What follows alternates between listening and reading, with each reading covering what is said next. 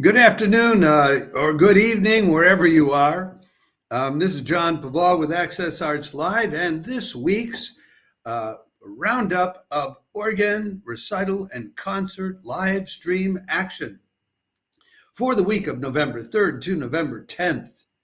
We're going to go through all of it with you and let you know who's playing where, what kind of an organ they're playing on, when they're playing, what the program is when we have the program, which we don't always have, but I will tell you when we do or when we don't have it.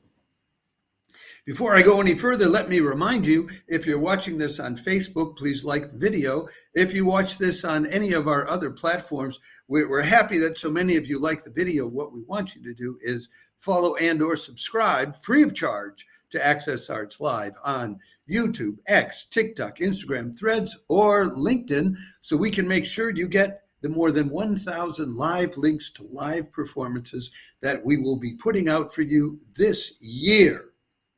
Folks, there's a great lineup of organ live stream action this week, from San Diego to Siberia, from Salt Lake City to Paris, France, and points in between, with top concert organists like James Welch and Emma Whitten at the Echoes International Organ Festival on Sunday.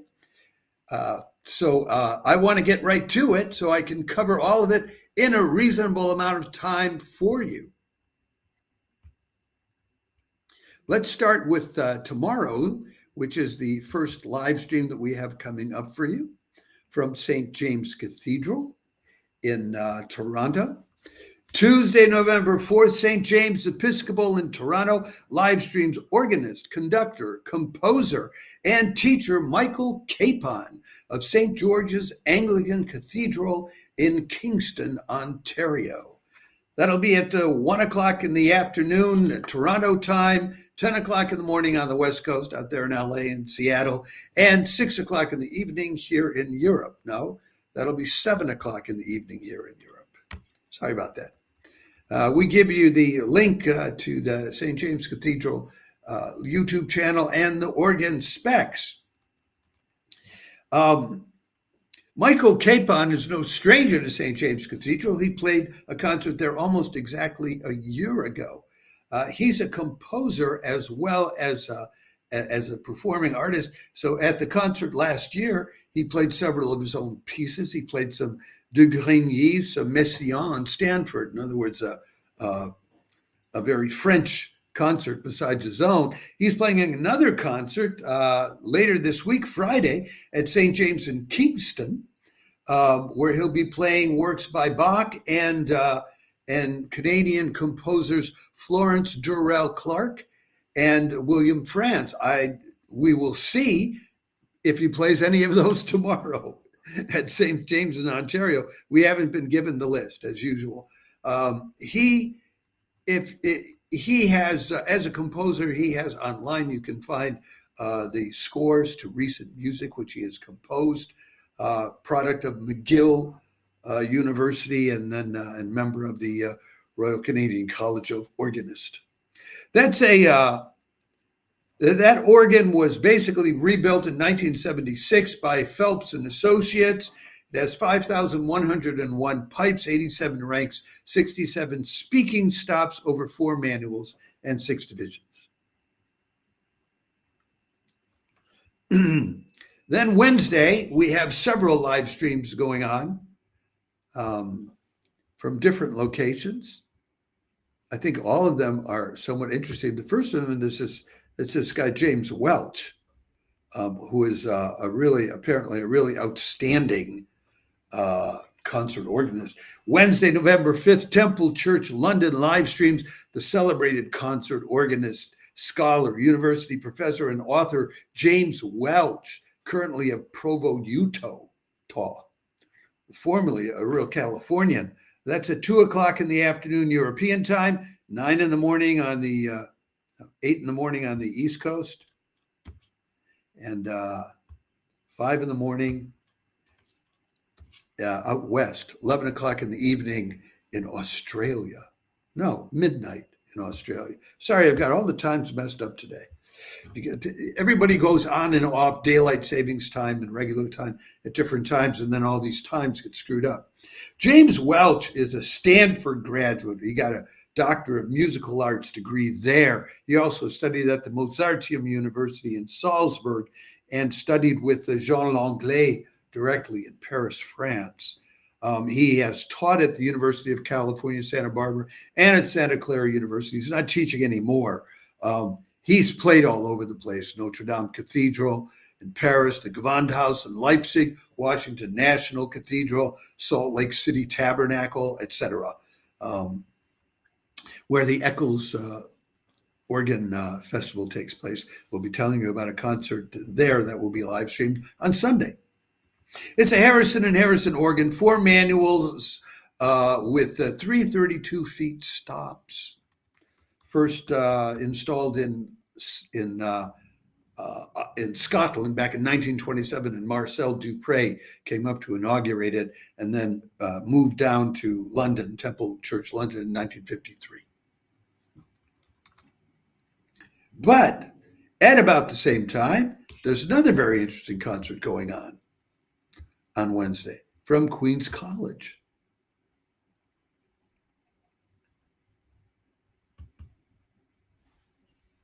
From a sort of British-Italian organist. Wednesday, November 5th, Queen's College, Oxford live streams organist, piano accompanist, continuo player, orchestral conductor, and church musician Gabriel Damiani. That's at 2:10 in the afternoon, Central European time, and 8:10 in the morning on the East Coast, 5:10 in the morning on the West Coast, and midnight down under in Australia. He is a former chapel organist and music teacher at St. Edward's, Oxford, former director of music at Our Ladies in Abingdon. Came out of the Verdi Conservatory in Torino, Italy, then the Guildhall School of Music and Drama in London, then became organ scholar at Westminster, and just stayed on in the United Kingdom. He'll be playing Buxtehude's Preludium in G, his Es spricht der Unweisen Mund voll, and the Fugue in C. Then he'll play Frescobaldi, Canzone Terza, and Bergamasca from the Fiori Musicali. He puts the Italian stuff in Italian because, well, he's Italian. Then a piece by Morris Green, a piece by William Boyce, a trumpet voluntary, and finish up with George Moffat's Toccata Septima. It's a Frobenius organ built by the Danish firm of Frobenius in 1965. They're very proud of it and feel it was part of what sparked the classical organ revival in Britain back in the 1960s. I think we'll give you the link to their page on their website so you can read all about the organ if you want to know more. For those of you who are real organ folks, and some of you are. That's not all. There's yet a third live stream concert on Wednesday coming out of Moscow in the evening hours with a favorite of mine, Anna Vetlugina, organist and composer. There's a picture of her with Dmitry Maximenko, who she does a lot of duos with. I meant to edit him out, but I left him in. He's in this concert anyway. Wednesday, November 5th, organist composer Anna Vetlugina hosts a choir, strings, and soloist for a performance of Pergolesi's Stabat Mater and her own composition, Visions of the Virgin Mary at the Cross, which is based on the same text. That will be at 8:30 in the evening in Moscow, 7:30 in Europe, 1:30 in the afternoon on the East Coast, 10:30 in the morning on the West Coast. Pergolesi's Stabat Mater is from the Baroque period, early 18th century, and in 12 parts. March Vivo did a whole series this fall, 4 or 5 live stream concerts featuring different Stabat Maters from Pergolesi down to the most recent one was in the 1990s. Fascinating material. Anyway, Anna Vetlugina, as a composer, also composed her own visions of the Virgin Mary at the cross, which she will be playing and they'll be performing. So, and we're told that it repeats the text of the Stabat Mater twice. Once where it's speaking of death, and again where it's speaking of resurrection. I'm not sure what that means, but you can tune in and find out if Stabat Mater interests you. There will be a soprano, a mezzo-soprano, a baritone. The baritone will be Dmitry Maximenko, who you see there in that photo with Anna Vetlugina. They often do four-handed or two organ concerts together. Nothing from Truro Cathedral this Thursday. Nothing from Glasgow University Chapel. Both of them are about done for 2025. So then we move on to a concert about the seasons on Friday, which I'm happy to tell you about, with Maria Blazhevich. The seasons have been set to music by at least three great composers, Vivaldi, Tchaikovsky, and Piazzolla, and the Tomsk Philharmonic's concert organist, Maria Blazhevich, plays all three of them this Friday, November 7th. It'll be at 1 in the afternoon. It's going to be at 7 in the evening, KRAT time, which is in Siberia. That's where Tomsk is. That'll be at 1 o'clock in Europe, early 7 in the morning on the East Coast, 4 o'clock on the West Coast, and 11 o'clock in the evening, I think, down under in Australia. I got that time right. Well, Vivaldi, is about these seasons, and it's very famous, etc. And Piazzolla, many people know too, and that's a very localized. It's about the four seasons in Buenos Aires and what those seasons are like there, which is different from somewhere else. The piece I don't know as well, and I don't know if you know it as well, is just Tchaikovsky's The Seasons. It's 12 pieces, one for each month, and each month is given a character. Like January is called By the Hearth. February is called the Carnival, because you have the Carnival just before Lent starts, etc. It was originally composed a month at a time. There was a magazine called LIVEstream in St. Petersburg, and they commissioned Tchaikovsky to write a piece for each month by month through the year, and then they published the piece in the magazine. Those are a little like Rudyard Kipling used to write his novels in installments like that in magazines. Tchaikovsky did the same thing. It was like in the 1870s. Same time Rudyard Kipling was writing serial novels. How about that? Check it out.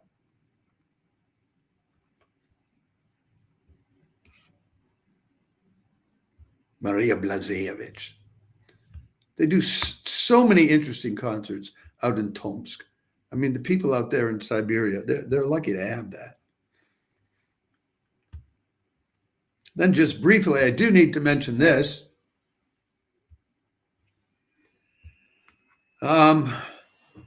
Friday, November 7th, St. Paul's Episcopal Cathedral in San Diego live streams its resident Canon organist Martin Green, the ever engaging and articulate music master.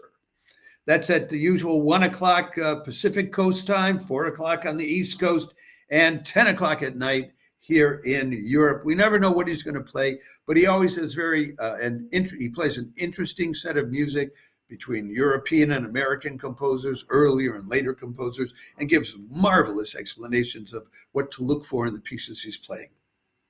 It's a great little concert for, to start your weekend. Then we have two more concerts only to tell you about.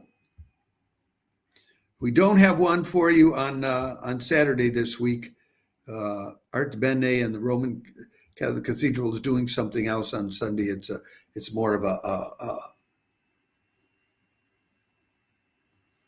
I can't find the photo that I want. Isn't that wonderful?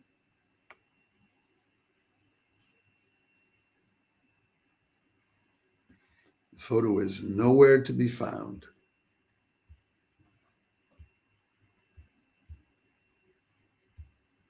So I'll just have to tell you about it.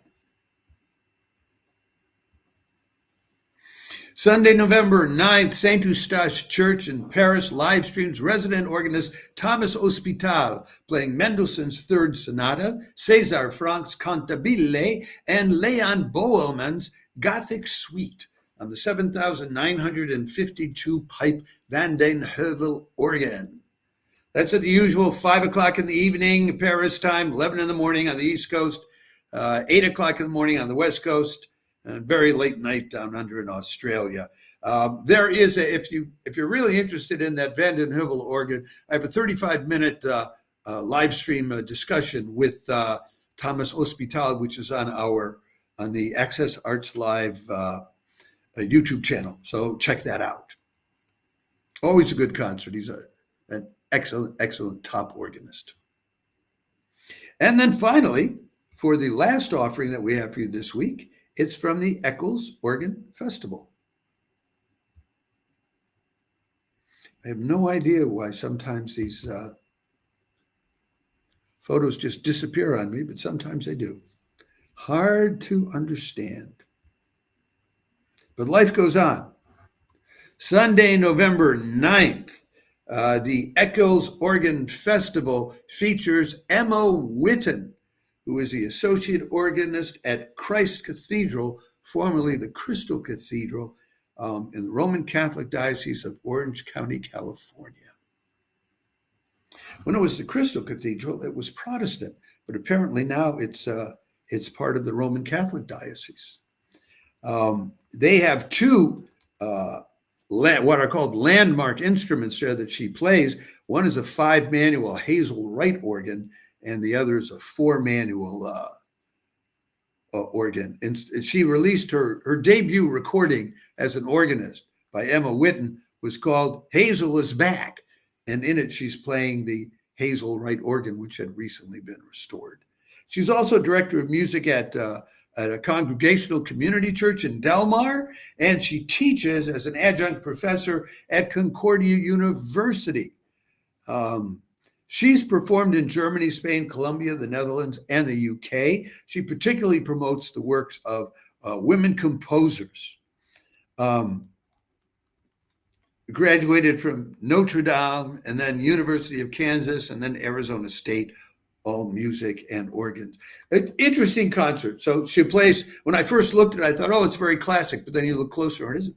Jean de Massieu's Te Deum, Opus 11. But then a piece by Margareta Cristina de Jong, born 1961, Fantasia on Salve Regina. Then a piece by Nicolas de Grigny, Ave Maristella, okay, very classic again. Then several pieces by contemporaries, Dorothy J. Papadakos, Lucis Creator, Jessica French, Transformations, Fantasia on the Pange Lingua.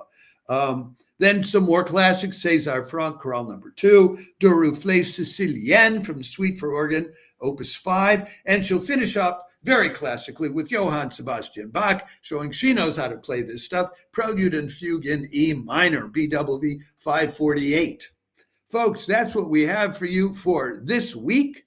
I hope that any of these live streams uplifts you, inspires you, or just shows you a heck of a good time.